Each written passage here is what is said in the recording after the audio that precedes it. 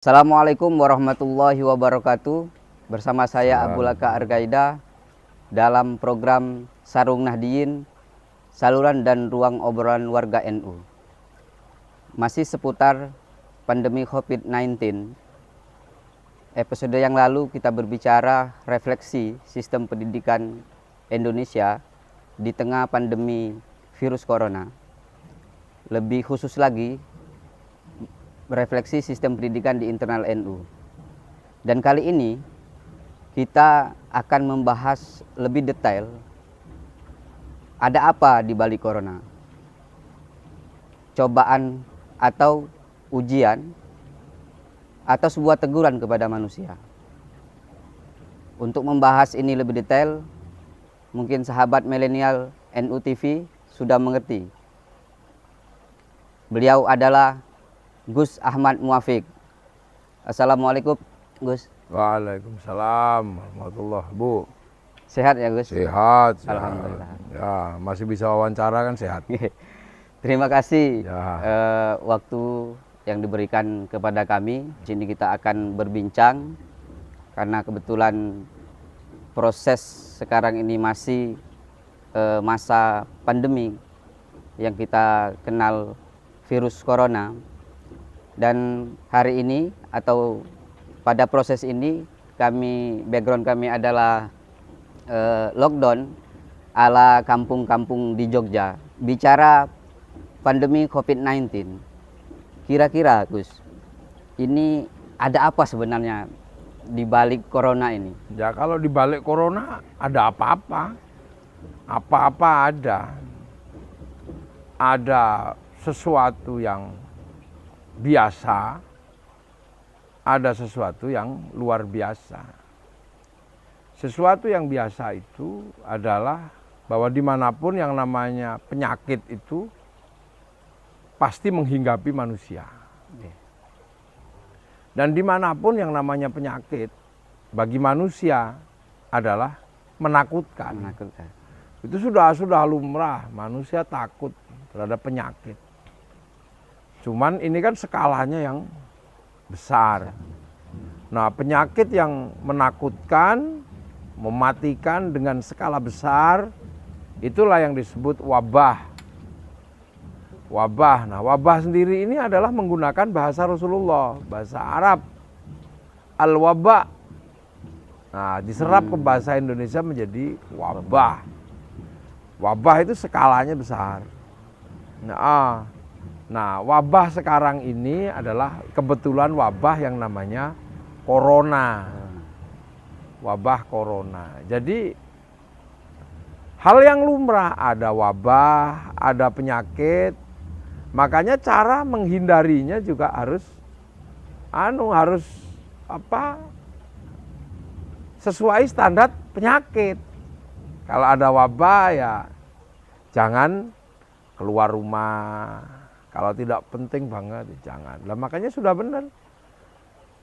Itu lah, karena wabah ini adalah penyakit yang harus dihindari, maka kemudian bahkan agama pun ada aturan main dalam situasi di mana ketika wabah ini menyerang. Makanya aturan-aturan dalam agama pun komplit. Karena wabah itu tidak terjadi di hari ini saja, dari dulu ada. Bagaimana menghindari ketika wabah itu terjadi? Mulai dari cara sholat dalam situasi wabah, cara puasa dalam situasi ketika wabah penyakit, cara berjamaah. Nah, ini kebetulan ada cara bulan Ramadan, cara taraweh, cara apa. Itulah, itu normal.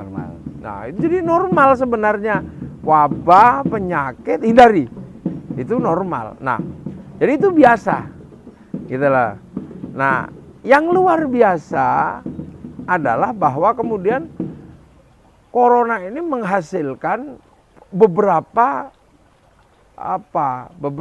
cara pandang. Gitulah, cara pandang. Jadi kenapa ada wabah begini besar dan menyeluruh? Gitulah. Dan tentunya ada pesan berarti ya Gus, mungkin dibalik semua ini.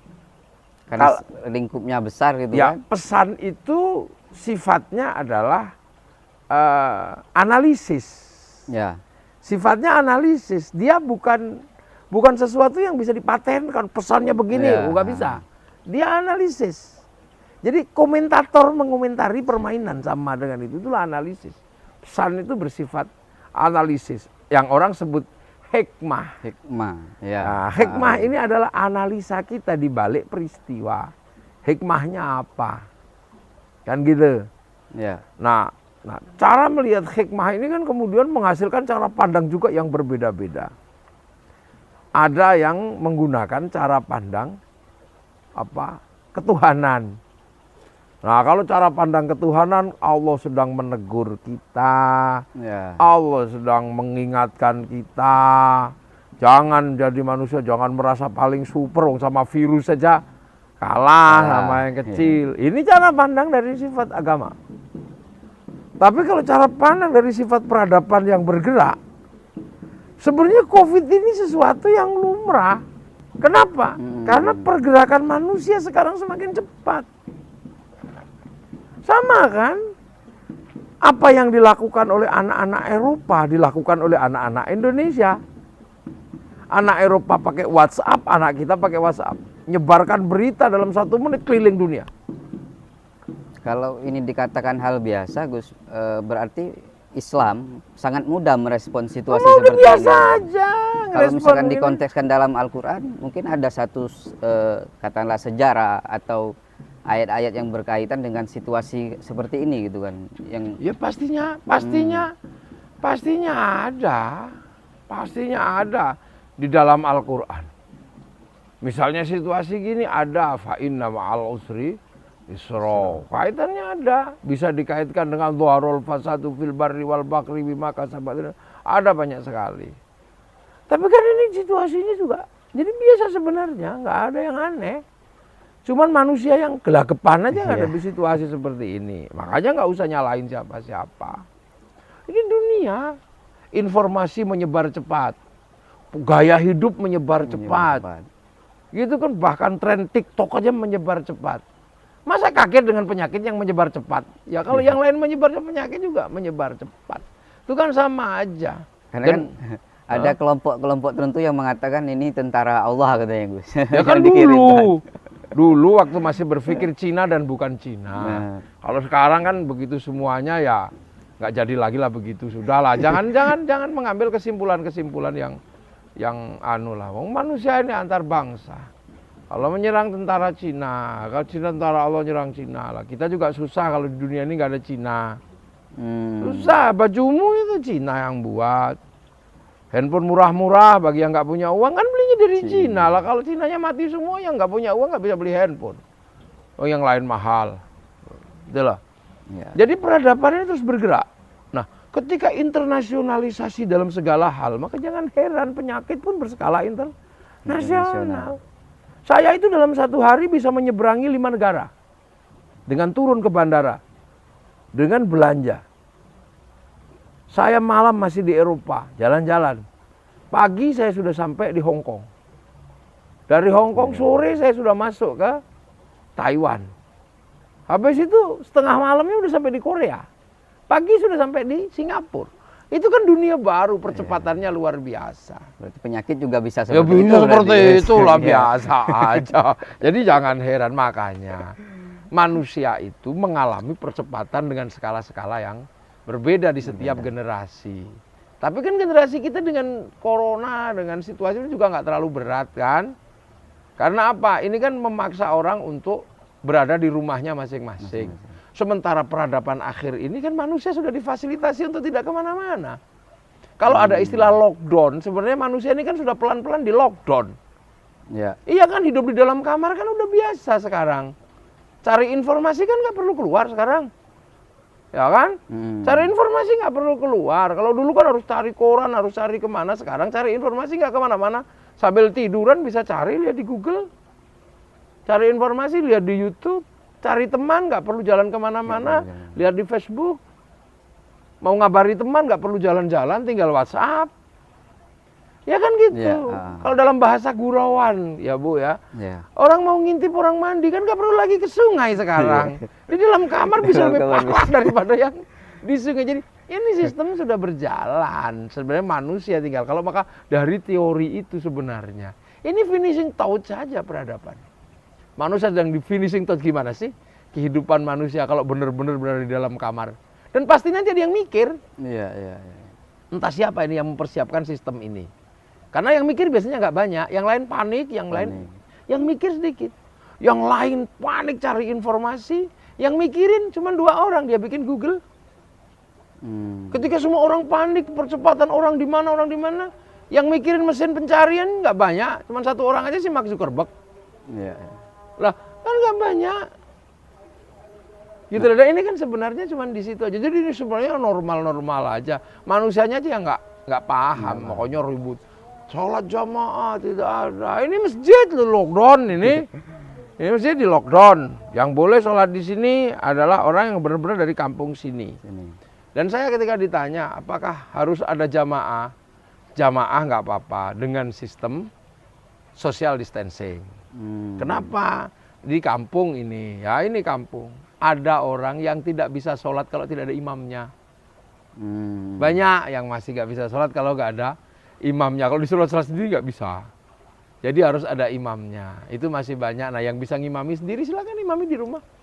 Jamaah itu kan bisa di rumah. Kalau masjid dalam keadaan berbahaya ya ke rumah. Bisa berdua. Jamaah itu kan bisa berdua.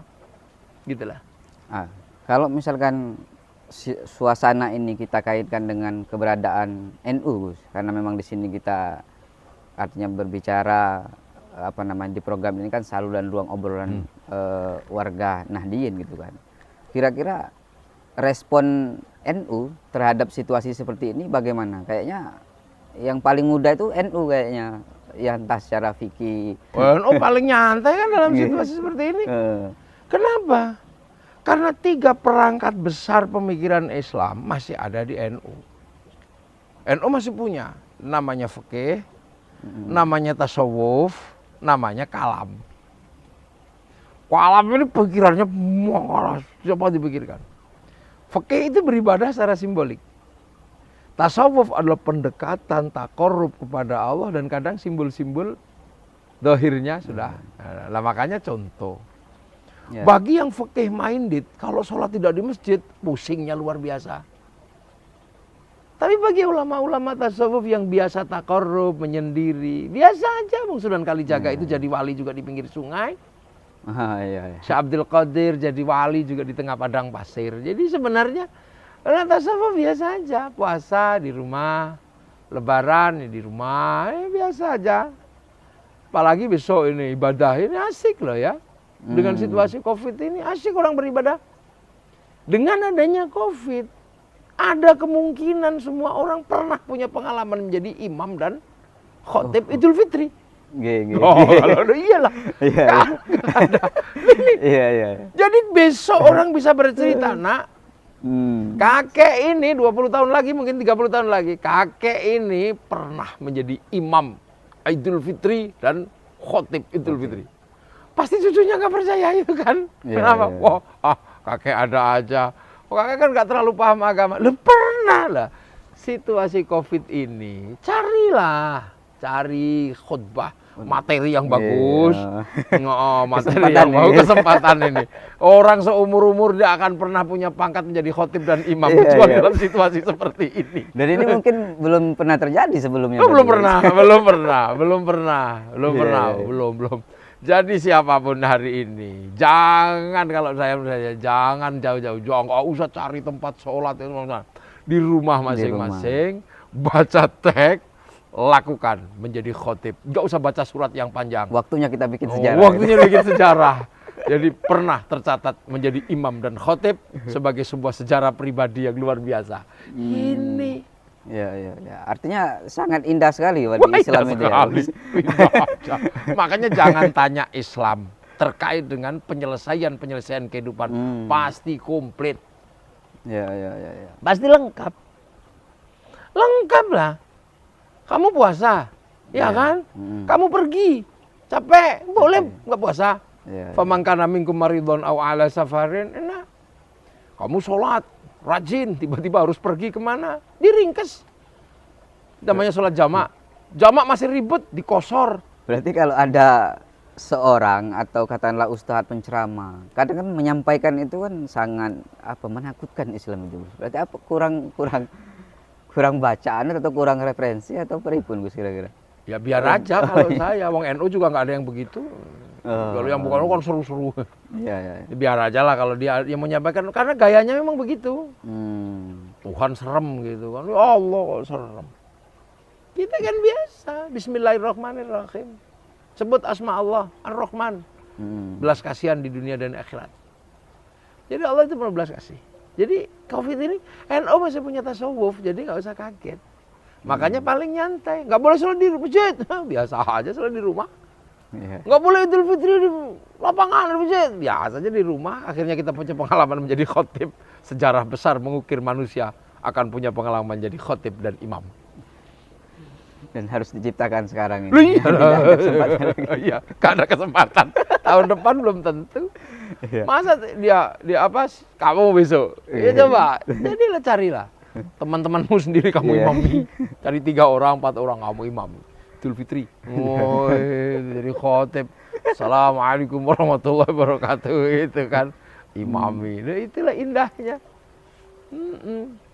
Tapi kan bahwa kemudian hal-hal yang bersifat normal ini menghasilkan roda perubahan peradaban. Nah, ketika roda perubahan peradaban ini akan bergerak atau sudah sedang bergerak, lah ini menghasilkan pergerakan-pergerakan bangsa, pergerakan-pergerakan negara, pergerakan-pergerakan kelompok-kelompok elit, pergerakan ini menghasilkan ini. Pasti ada yang mikir ini sudah. Iyalah, pemilik uang dunia pasti mikir negara yang bangkrut harus hutang kepada kita. Karena itu udah mikir gitu dia. Iya kan, emosi kan. Kenapa yang kaya cuman Facebook? Iya, iya. Karena dalam situasi seperti ini, WhatsApp, kayak tiba-tiba ada yang tiba-tiba jadi kaya mendadak Zoom. Ya. Tiba-tiba ada yang jadi kaya mendadak TikTok. Nah ini kan terus yang lain kan, kok kita gak kalah juga sama dia? Nah ini yang namanya kemudian menghasilkan apa? Pergerakan-pergerakan yang bersifat ekonomi dan politik. Nah, ini ada yang menarik, Gus. Ya. Karena kan saya sering mengikuti ceramah jenengan gitu kan. Artinya santri kalong lah kalau Ya. apa namanya kan. Karena saya sering ikuti di YouTube itu kan. Misalkan terakhir sebelum lockdown itu kan. Jenengan berbicara teknologi gitu kan waktu di Madura gitu kan. Terus beberapa live streaming masa pandemi ini gitu kayak kemarin live misalkan di PCI Arab Saudi ya. Arab Saudi. Nah, itu kan jenengan menyampaikan kayak tadi sudah disinggung, kita itu sebenarnya pelan-pelan sudah di lockdown gitu. Ya. Artinya mungkinkah dalam situasi ini akan melahirkan peradaban baru gitu? Pasti. Nah, apa kira-kira Gus? Pasti. Nah, ini menarik ini. Ya, pasti. Jadi pasti akan ada peradaban baru gitu. Tapi peradaban itu kan ada yang kemudian menjadi supporter peradaban. Ada yang menggerakkan peradaban. Gitu. Tinggal kita milih berarti. Nah, tinggal kita milih yang mana?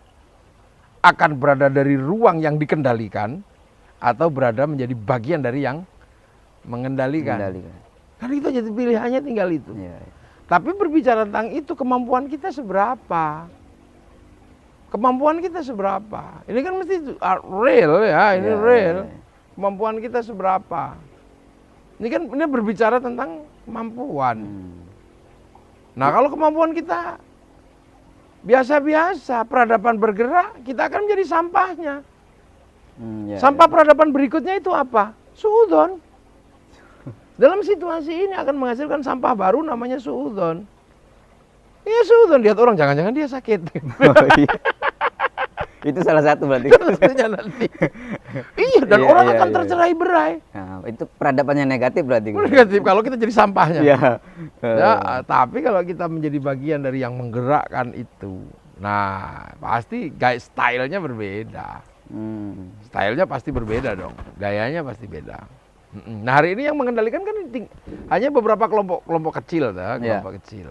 Tadi yang saya sebut gitu kan, manusia sebesar ini, cuman digerakkan oleh 1 orang, 2 orang lah. Gerakan oleh Google. Apa orang mau nyari teman semuanya paling digerakkan oleh Facebook gitu. Yang lain paling, nah kayak Cina berani ngambil resiko. Iya. Dia menggerakkan, diambil misalnya mesin tuker yang namanya Amazon, diambil alih sama dia. Namanya Alibaba yang ngambil. Kan gitu. Nah sekarang Alibaba ampun-ampun juga sama game online yang dari Cina itu. Ya, kalau QQ, Ren gantinya Facebook. WeChat, WhatsApp. kalau tadi apa namanya? Tadi kan ada peradaban yang negatif gitu kan. Berarti kan ada yang positif berarti kan, Gus? Pastilah. Nah, kira-kira apa Gus bisa dijelaskan gitu kan yang bisa kita ambil gitu kan pasca pandemi corona ini berlalu kan? Belum. Belum ya. Belum. Kita ini masih ngadepi corona ini masih kayak kena uppercut. Atau bisa ngintip dikit gitu kira-kira peradaban apa yang kira-kira yang positif yang bisa dilahirkan gitu. Pasti ada. Dan kita belum waktunya. Nanti jangan-jangan kayak ngintip kiamat itu salah kan, repot gitu. Katanya tanggal 15 Ramadan kan udah panik semua kan. Ya udahlah. Pasti ada peradaban baru. Kayak episode sebelumnya kan kita berbicara sistem pendidikan yang daring gitu kan, sistem online gitu Gus. Nah, mungkin itu bisa dikatakan dampak positif juga yang memaksakan orang melek teknologi mungkin. Itu kan terjadi setelah sesuatunya sudah lewat. Jadi dia sudah terjadi, itu kan pilihan. Ya kan? Tapi yang bikin daring siapa?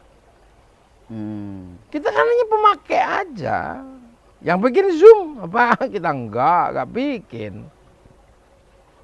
Jadi kita ini lewat di jalan yang sudah dibikin orang. Ya, sebagaimana dengan katakan kemarin itu kan yang pelan-pelan menciptakan lockdown kan orang non muslim semua gitu. Iyalah, semua. Yang mengerjakan kan orang non muslim semua. Harusnya berarti kesempatan situasi ini menjadi peluang ya bagi muslim dan terutama NU gitu kan. Ya, dan sudah harus dimulai untuk tidak lagi saling mencemooh. Ya. Tidak lagi saling yang kemarin kita udah lakukan cukup lama, ribut ini udah mulai harus dikurangi lah biar energi kita yang lain udah berbicara tentang finance, berbicara tentang apa, kita masih jauh sekali berbicara tentang apa riba, dan riba ditempelkan ke bank, akhirnya informal yang bergerak karena semua orang runtuh di situ. Terakhir Gus, karena tema besar kita ini adalah NU memaknai pandemi COVID-19 gitu kan. Jenengan bisa menyampaikan kepada warga Nahdien kira-kira dalam situasi ini apa sih yang perlu dilakukan, apa yang perlu diperbaiki, refleksi dari suasana ini gitu. Ya sebenarnya refleksi dari ini apa yang harus dilakukan oleh orang NU ini kan sudah diwakili sama Kiai Said Akil misalnya kan sudah menyampaikan beliau ikuti anjuran pemerintah. Karena dalam situasi yang khilafiyah, maka pemerintahlah yang akan menjadi hukum di situ. Itu adalah pemerintah. Tidak boleh jalan-jalan, ya udah nggak usah jalan-jalan. Nggak usah nyala-nyalahin. Ya. Wong ini semua juga trial and error. Trial and error kan. Negara segede Amerika juga trial and error menghadapi situasi seperti ini. Semua sama. Bahkan mereka minta bantuan negara lain. Iya. Wong ini aduh, tapi nggak usah lah dikait-kaitkan. Kita ini kan paling iseng mengkait-kaitkan ada gempa bumi, adab. Udah ini adab. Karena kita nggak pernah berpikir strategis. Sehingga kalau sudah berpikir adab, kita sudah nggak berpikir tentang strategi baru apa yang akan kita siapkan. Yang lain, strategi baru yang disiapkan. Kalau nanti semua manusia sudah jarang keluar, maka memfasilitasi manusia hidup di dalam kamar dan bisa hidup pasti ada ini. Nah ini yang ngambil keuntungan di situ. Mereka ini nanti yang paling diuntungkan sampai hari ini ya, yang mampu memfasilitasi manusia tanpa harus bersosialisasi secara normatif tapi tetap bisa hidup. Nah ini yang mengambil keuntungan dari situasi seperti itu besar sekali. Ya kan orang tidak keluar, WhatsApp untungnya berapa itu. Nah orang NU ke depan ya masih banyak yang masih di luar negeri sekarang baru belajar. Ya, jadi jangan tergesa-gesa lah. Kemudian NU mengambil alih sejarah gitu, belum. Kalau sejarah didorong oleh NU ya, sejarah perubahan didorong oleh NU, ya. Nah, itulah maka semoga aja dalam situasi ke depan ini, dalam situasi yang sebenarnya normal-normal aja, biasa-biasa aja, jangan terlalu dianggap serius karena pandemi ini dari dulu sudah ada, makanya bahasanya adalah wabah. Nah, orang Islam, bangsa manapun atau beragama apapun sudah punya strategi bagaimana menghadapi wabah. Kalau di Jawa disebut pakebluk. Ini ada sebenarnya caranya. Cuman kadang orang sekarang nggak bisa memaknai itu. Nah, kecuali nanti kalau udah baru kerasa betul, nanti kalau di gelombang 2 ini lebih parah gitu lah baru kerasa. Kan biasa begitu, ditakut-takuti nggak takut kalau belum takut beneran. Jadi semoga aja semuanya selamat, amin, bangsa amin. ini. Karena manusia pasti akan selamat lah, wong manusia itu nggak akan punah. Amin. Ya, wabah gede itu pernah, walaupun bukan manusia yang punah ya, pernah. Dinosaurus punah. Dinosaurus. Yang gede-gede aja punah, tapi insya Allah manusia enggak lah. Amin, amin. Nah, kita ini termasuk yang nanti akan semoga menjadi bagian dari yang akan membangun peradaban baru. Kalau dari kita ya anak-anak cucu kita. Cuman kalau kita sekarang ya persiapkan mental dan nyali yang besar gitu loh, untuk kita tanamkan nanti di generasi berikutnya tentang kebangsaan, tentang kenegaraan, tentang peradaban. Karena buktinya sekarang peradaban berjalan. Antar bangsa bisa ketemu, antar negara bisa ketemu dengan batasan-batasan yang udah sangat semakin tipis. Batasan sekarang tinggal satu yang paling mutlak. Apa kalau kita pergi ke luar negeri ditanya pasportnya mana? Ya, semoga semuanya ada manfaatnya. Matur nuwun ya, Pak ya. Amin, amin. Terima kasih Gus Muafiq. Demikianlah kebersamaan kita. Tadi sudah dijelaskan, ada pesan yang ditekankan oleh Gus Muafiq bahwa dalam situasi sekarang kita biasa-biasa saja, karena Islam dan khususnya NU sudah sedemikian rupa, Islam sudah menyiapkan perangkat-perangkatnya. Kita akan berjumpa lagi di tema-tema selanjutnya. Saya tidak akan menyimpulkan karena kami ingin pastikan Anda menonton ini sampai selesai. Saya Abu Laka Arkaida, tuan rumah program Sarung Nahdien, saluran dan ruang obrolan warga NU. Wallahu muwaffiq ila aqwamit thoriq. Wassalamualaikum warahmatullahi wabarakatuh. Waalaikumsalam warahmatullahi wabarakatuh.